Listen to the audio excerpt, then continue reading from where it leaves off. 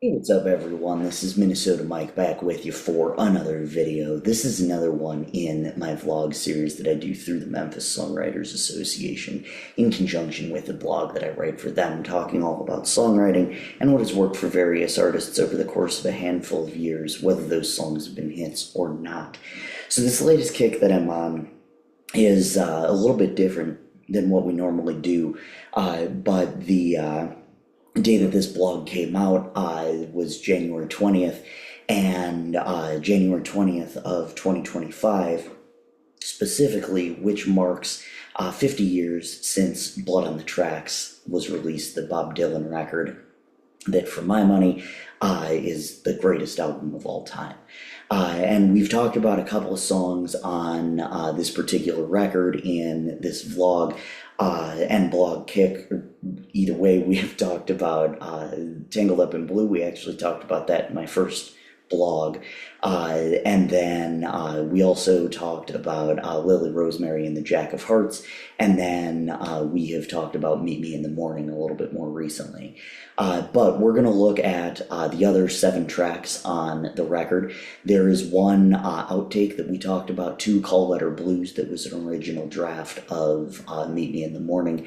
And then there's one more outtake that's called Up to Me that I'm sure we'll talk about in a future blog. But for now, we're going to finish up talking about the songs on the standard edition of the album, Blood on the Tracks, the ones that we haven't talked about thus far. I could have sworn that I talked about this one already, but apparently not. So we're going to chat about it. This is Simple Twist of Fate. Lyrically, the song begins with a couple sitting in the park and discusses the fall of their relationship. We can only assume things were going well when out of nowhere she looked at him and he felt a spark tingle to his bones. His signal that things were over, and he wished that he'd gone straight, but realizes that he can blame it on a simple twist of fate.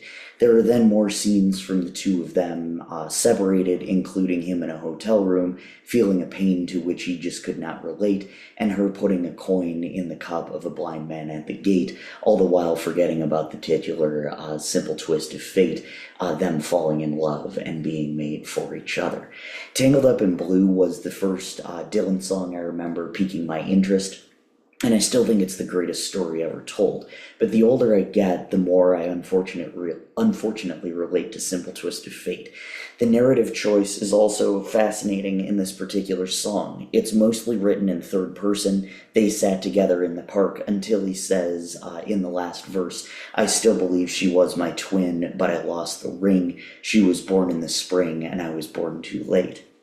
In addition to this being an exceptionally great line, it shifts from him being an observer to him being the guy in the first verse. Dylan shifts to third person in the real live version of Tangled Up in Blue, and it totally changes the song.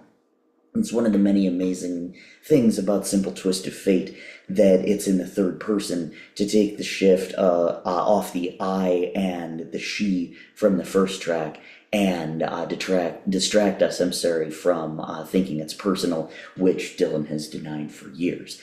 Melodically, Simple Twist of Fate is played in E major, like the rest of the record, and uses the chords E, F sharp minor, G sharp minor, A, B, C sharp minor, and D sharp diminished, followed by the cliche line of E, E minor 7, and E7 before closing on A and A minor.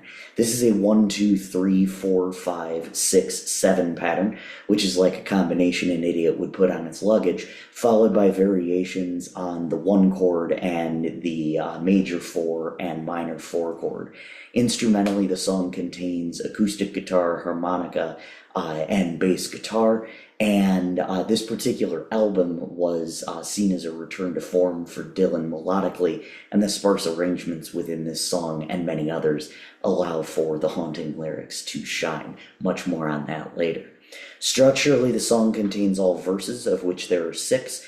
In many ways, its structure echoes that of Boots of Spanish Leather, even though Boots is a conversation between 2 people, except the last 3 verses. Both songs track the lives of the ex-couple, or an ex-couple, I should say, and what they're up to post-breakup. However, the power in it is that nobody ever talks about why the relationship was good in the first place. We just know that with each post-relationship detail given, that the narrator's ex seem to have forgotten all about the good things that have happened.